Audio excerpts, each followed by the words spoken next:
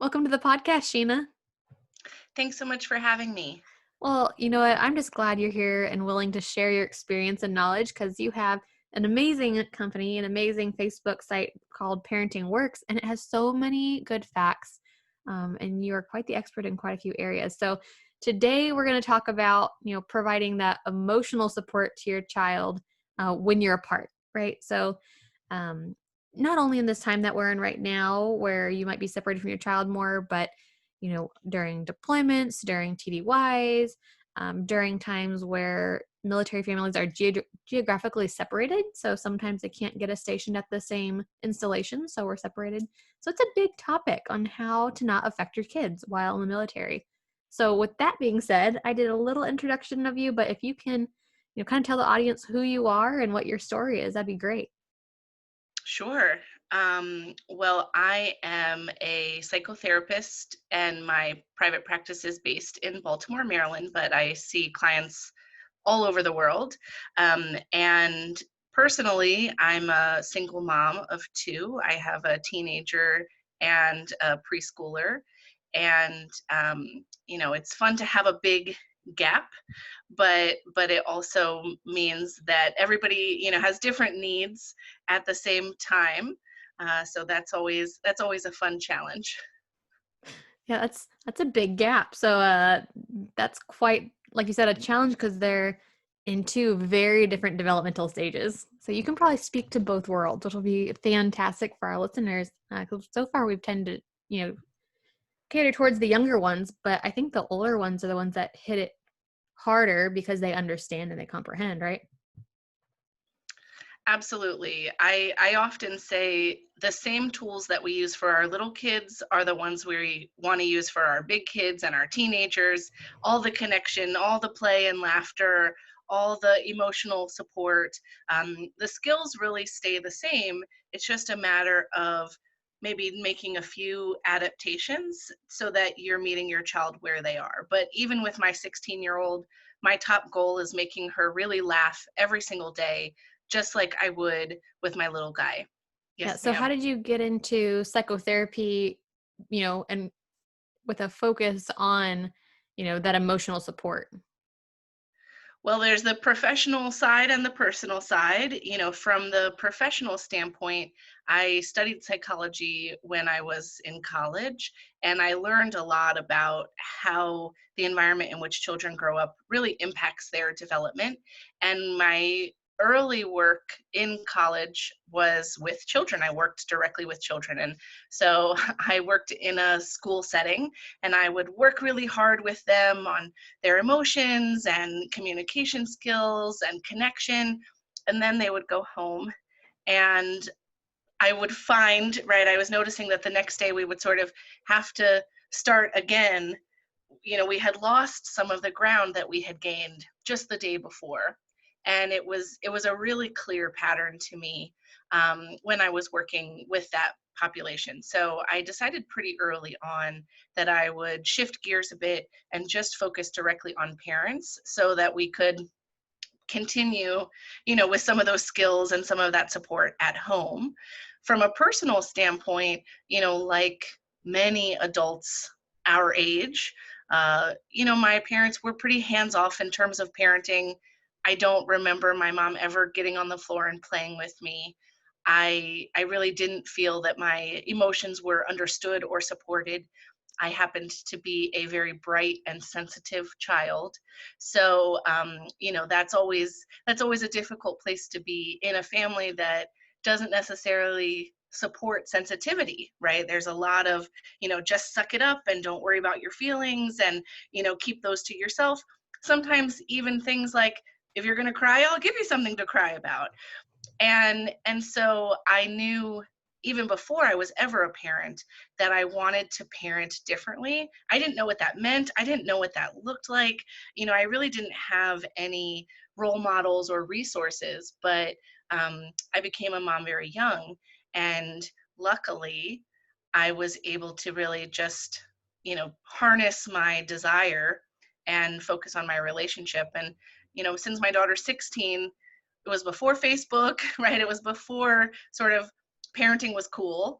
And so I always say I really just parented from the heart. And I figured a lot of stuff out just through the process of parenting her. And and then I was able to, you know, work into some of my studies and some of the things that I was learning, in order to help other parents. So I come at it honestly from both angles, wanting to help parents and wanting to help parents understand their kids. I often say I'm the kid behavior interpreter. Well, I do think that's a place that maybe a lot of us don't think about. We keep thinking on, how to fix my kid, but really it's, how do we train ourselves to work with the kid, right? And I love how you're focusing on the parents. So that's definitely a unique aspect that I don't hear that often. Um, with your responsive parenting, and you focusing on the parent, what does that even mean? What does that look like?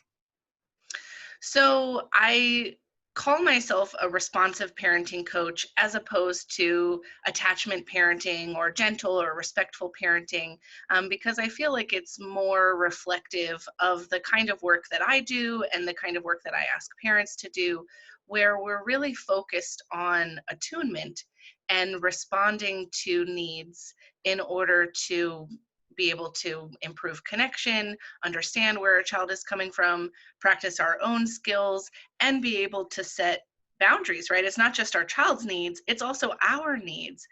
I am totally valid to say, no, I can't pick you up right now. I'm touched out, my back hurts, I'm cooking dinner, I'm tired, I have this one crawling on me or this one talking to me. No, I can't do that thing that you ask for.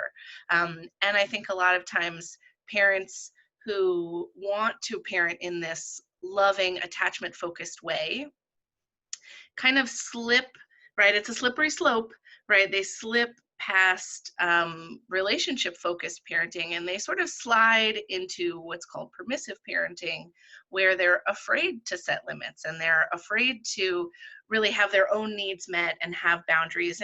And finding that balance is really hard, especially for moms, because we are socialized to take care of everybody's needs first and put our needs last.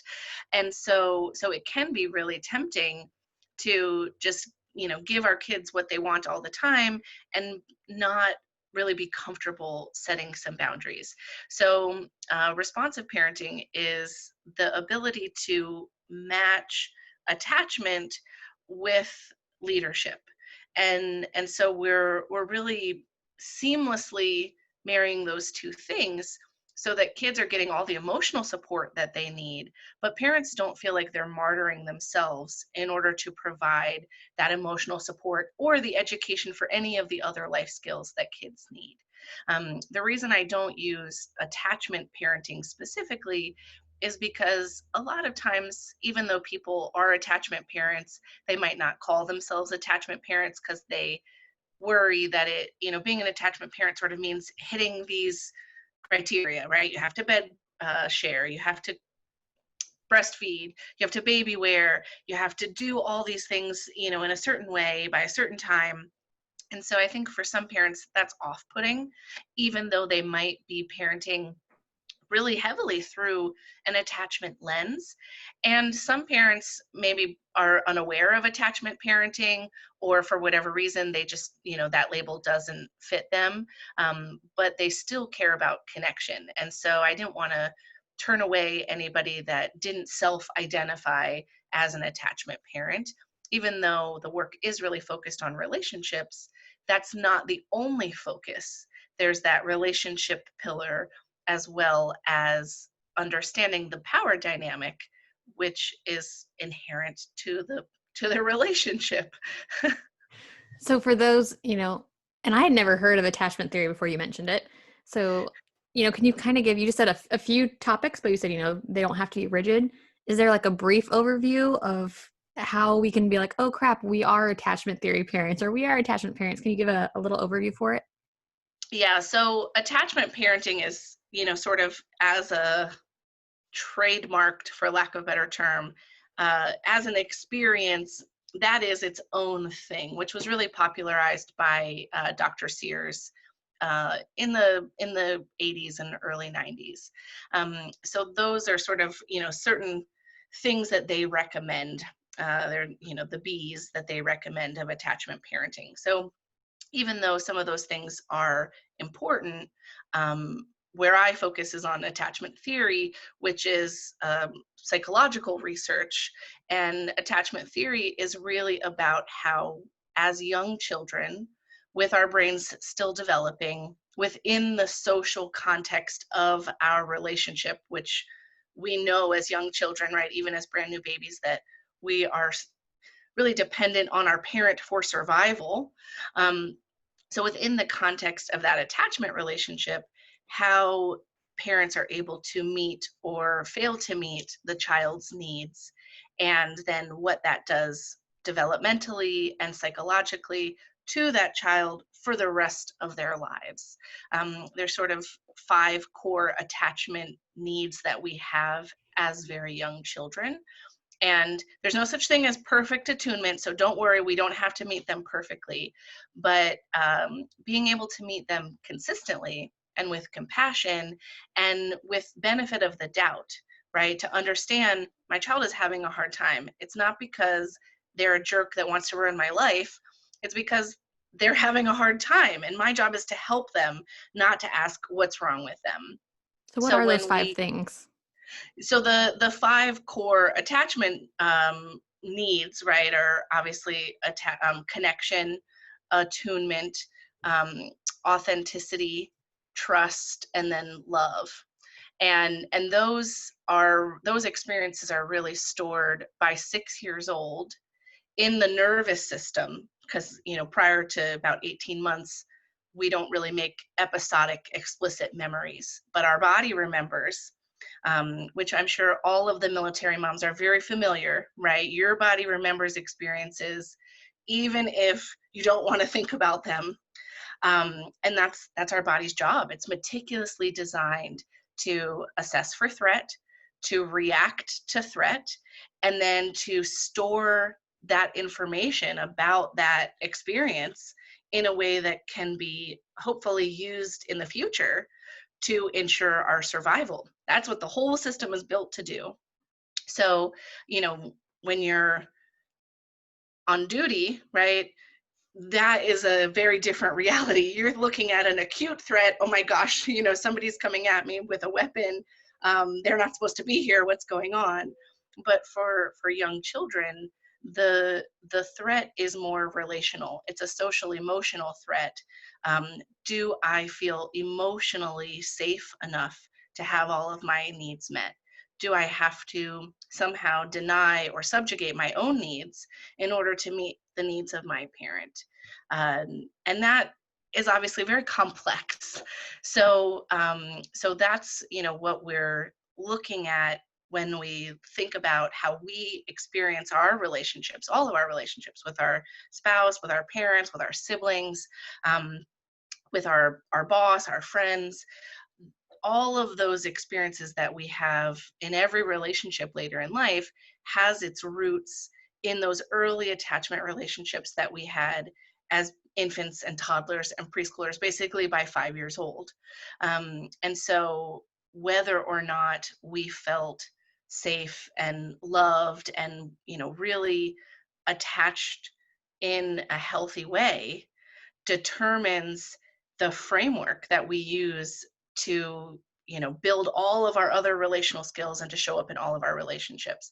So we the root of attachment theory is about secure attachment, insecure attachment, avoidant, anxious, disorganized attachment. So we probably don't have time to get into all of those things. We could do a whole class just on each kind of attachment. But essentially it just determines how well we're able to show up in other relationships, not just in terms of our skills, but particularly in terms of the internal stuff, how we feel about our worth, how we feel about our identity, how we feel we need to behave in order to get the other person to love us.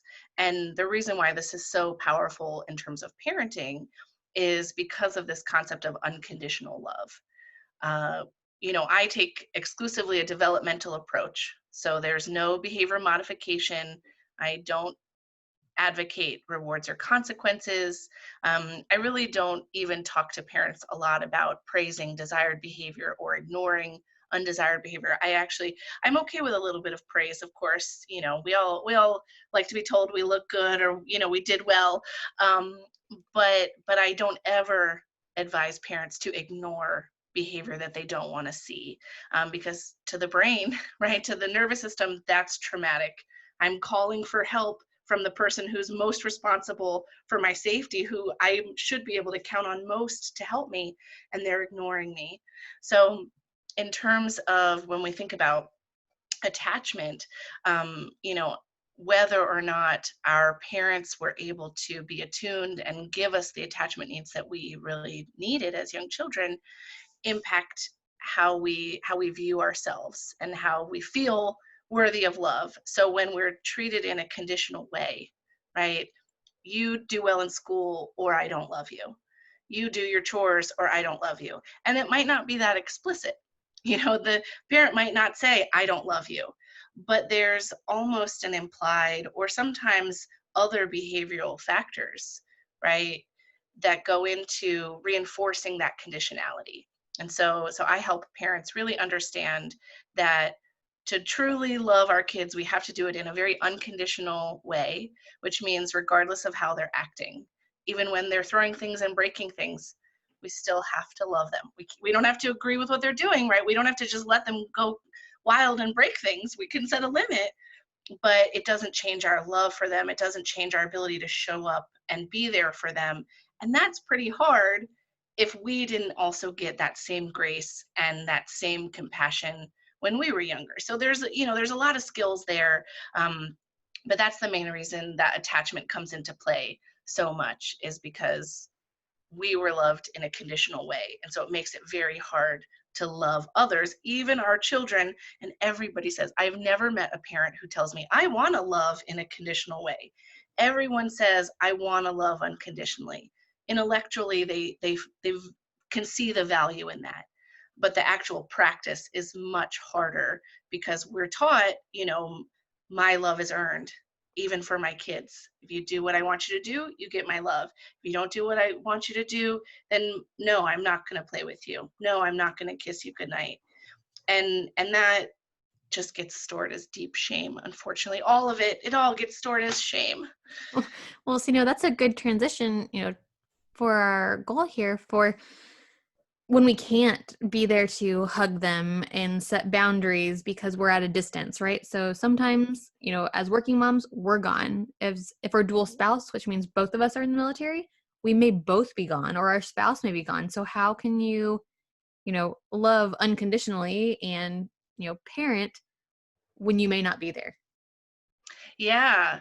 Well, there's sort of two roles in our active parenting, right? One is just the love and showing up part, and one is, I guess, more the leadership. Hey, clean your room. Did you do your assignment? Uh, you know, those kinds of more micromanaging type things. And so even when you're away and you might not be able to do some of the some of the leadership part, you can always do the connection part. And that's really important, however is sustainable. I know it might not always be sustainable to call every day or something like that. But, even the littlest kids appreciate getting mail. So take a moment, draw a heart on a napkin and pop it in the mail. That would be treasured. And so anything that you can do to keep up communication, particularly in a way that is unique, right? So maybe if you have a family call, that's hard for the kids to all feel like they're getting your attention. So sending a card or a note, even if it's just 2 lines, right? I'm thinking about you. I love you. Love, Mom. That can be so special and so powerful. That comes to just Bobby, instead of having to fight over his brothers to get on the call with Mom.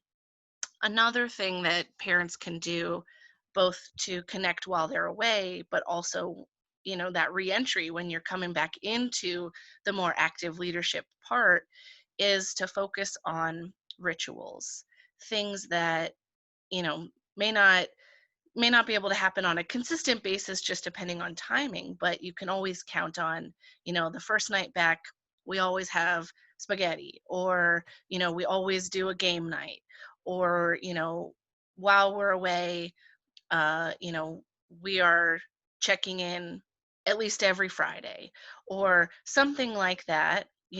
Having a prayer that you say together, having a song that you sing, having a little inside joke or something that you use just to connect in an ongoing way, because kids really not only latch onto those things, but they really remember those things for years to come. And so it can be an anchor for that relationship, not only when you come back, but also finding a way to do them while you're away. I know that we're going to be apart, but I know that you're reading this book at school, so I'm going to go and get that book and I'm going to, read a little bit. And that way I can ask you questions. Hey, what's going on with that story? Tell me about this character. Can you believe they did that? Oh my gosh, I can't believe it. Because we want to connect with kids where we are. I mean, sorry, where they are, not where we are. A lot of times, I know when parents are away, they're used to reconnecting with kids, even if it's video, but especially if it's just audio, kind of like a peer relationship, right? They say, here's what I'm doing with work, here's what's going on, I had this assignment, and kids don't really care about that stuff. They just want to have you connect where they are. So you might say, don't tell me about the video game you're playing. How's the soccer semester going? How many goals have you scored? Those kinds of things. And kids are much more likely to open up than if you're sort of talking about your adult stuff. And they might ask about your adult stuff, but we tend to focus on that stuff because that's what's relevant in our lives. There was something I wanted to say, Drea, which I think is important. The very first thing that you mentioned in the call was, how to help kids with some of those big feelings, right, while parents are away. Do you have a question about that, or you want me to? Just jump right into it. Okay. So the most important thing that I would tell parents, particularly when they're worried, you know, my child's going to have a lot of feelings about this, or sometimes I even hear from parents, I don't know if our relationship can handle this, right? My baby's 10 months old. Can they handle being away from me for however long? Even 15 years old, right? At any age. So the most important thing to remember whenever there's bound to be some emotional work is that's healthy and normal, and you should expect it. You should never go away or come back and think that there won't be a lot of emotions. If we go in with that expectation, we're bound to be disappointed. We're also bound to be very frustrated because we're going to want our kid to just be resilient, right? And just say, okay, well, this is, mom goes away all the time. This is no big deal. But we know that we have emotions and that it's healthy and normal to express those and to process them, even through play or some things that we might not always like to see. We might not like to hear some of the things that our kids say or do to process their feelings and experiences. So the most important thing is to just expect that extra emotional work and to be prepared and have the reserves to support it and really invite it and be able to say, I know my kid's going to have a hard time with this and I'm ready. I'm going to be able to help them. That way it's not something that we dread or we feel, totally helpless about. The more we can feel confident in our ability to really meet our kids' emotional needs, the easier it is to meet them. So I do have one more question before we wrap up because I just can't believe 30 minutes has already gone by. So you know what? No matter military or not, every working parent only has a few hours with their kid a day, right? If they don't work in the home, they work in a business somewhere. Um, how can we maximize our time with our kids when we may only see them 2 to 3 hours a day? Yeah, that's such a great question. The first thing is to, again, you can use rituals, you can use routines to make some of those daily care task times more meaningful. So instead of, rushing and everybody yelling to get to the table, and it's this huge power struggle every day at dinner time, if you make it a ritual, right? Okay, you have this job, you have this job, everybody sort of has something to do. Um, then it's something that there's a little bit more investment in. Kids can look forward to that. And, it doesn't have to be a stressful time like getting to the table. It could be, a certain song that you sing while you're getting dressed, or uh, certain way that you play when you're first getting into the bathtub. It doesn't have to be the whole time, right? Just to help with some of those transitions. So it's always good to really lean into some of those daily care tasks and not try to uh, avoid them or sort of distract through them, because that's a lot of time where we have opportunities to connect and maximize some of that time. And parents tend to be the least attuned, the least playful during transitions when we have an agenda. So that's when power struggles are most likely to come out. And so thinking about some of those innate opportunities differently. The other thing that you can do, is to use a tool that's called Special Time. And I can send you some graphics as well that you can share with your group. So Special Time is a therapeutic tool. It's different than quality time. It's not like, hey, Sarah, I'm going to the store. Do you want to come with me? I'm baking these cupcakes. Do you want to join me? It's specifically play-based, child-led time where the parent is saying, I'm all yours. I'm all yours for a designated period of time, which could be as little as 2 minutes. It could be as much as 30 minutes. I usually recommend starting small and building up.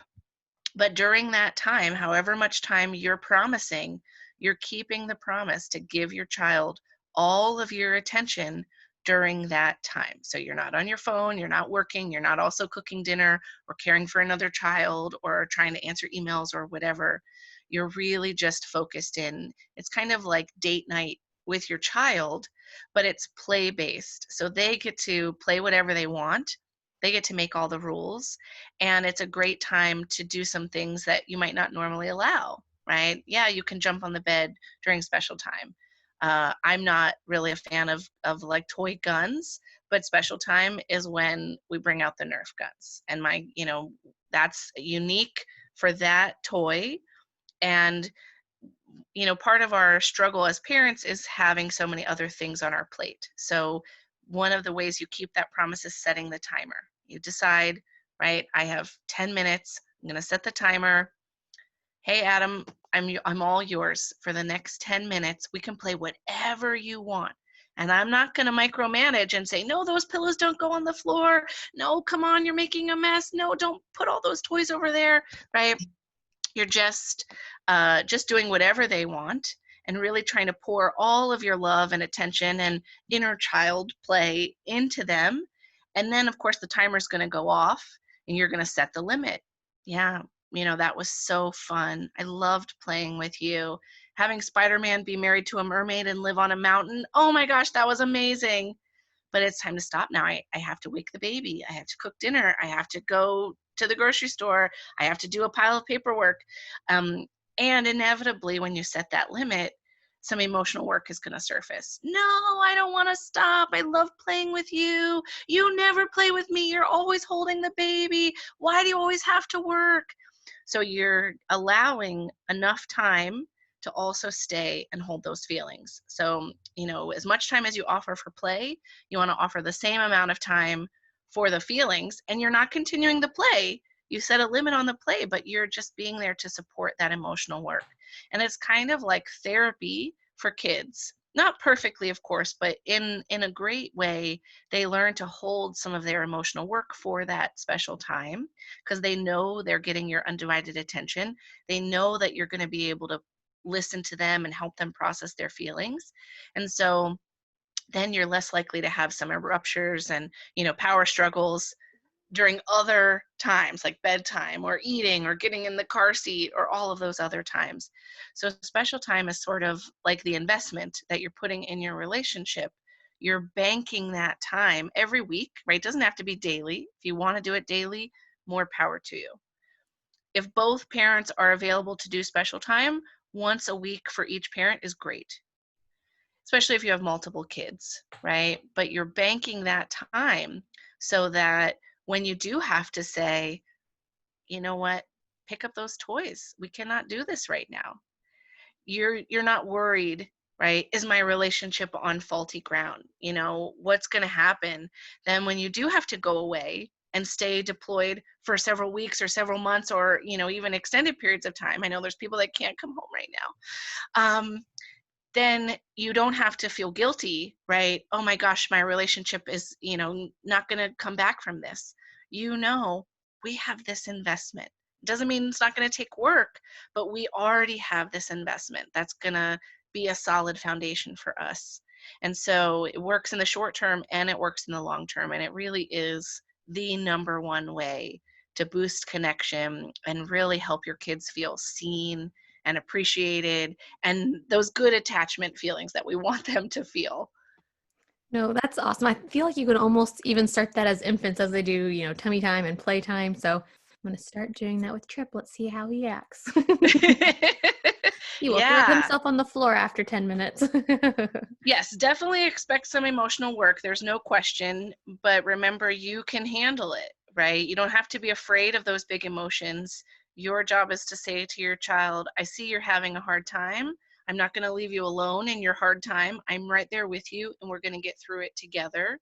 That's why I like to call it emotional CPR, right? You're just giving that basic life support while they're in the thick of their emotions, and you're just sitting there with them and saying, yep, I'm right here with you. I'm not going to get into the chaos, right? I'm not feeling all those emotions, but I can still be here with you. And it's very hard. Takes a lot of practice. No, I really appreciate all the insight that you just gave. I know this is going to be super beneficial for our listeners as they, you know, have to be apart or honestly just on a day-to-day basis, even when we're in the house. So I really appreciate your time. If we have any questions for you, where can we find you? So my practice is called Parenting Works. And like I said, I meet with parents all over the world in terms of offering webinars and intensive workshops. I also see parents through HIPAA compliant video software system to provide coaching, on parenting related topics, right? So on Facebook, it's Parenting Works. And then on Instagram, it's parenting with a little underscore works. So there's a little bit of a difference there. And Facebook is probably the best place to reach me if you're on Facebook. Uh, that's always an easy spot to get me. The website is just my name, sheenahill.com. And I feel like I was going to say something else, but I don't Do you have an remember. email or anything that we can email you at, or is all that on your website? Yeah, on the website. And I'm trying to figure out how I can make some improvements to the website as well, so it's all a little bit easier to access and get to and all that stuff. So yeah, it's hard to keep track of all of the things. Oh, yeah. Yeah, yeah. Oh, that's what I was going to say. I do have a free parenting group, which is called What Would Sheena Say? So that's a great resource on Facebook to, just connect with some other parents who are interested in the responsive parenting method. And I also answer parenting questions for free on a free parenting app called The Happy Child. And so I consulted to create that app a few years ago, and it's a great app about teaching emotional intelligence. So it gives you lessons and prompts every day to practice emotional intelligence. And that's, within the context of all relationships. But then, of course, there's a chat feature where you could ask questions. So I answer all the questions on that app as well. That is amazing. I don't know how you have time for it all, but yeah, definitely will include all those on the episode notes. So check it out. I will definitely check out that app because you have not shared that one with me before. But thank you so much for being on, Sheena. Thank you for having me.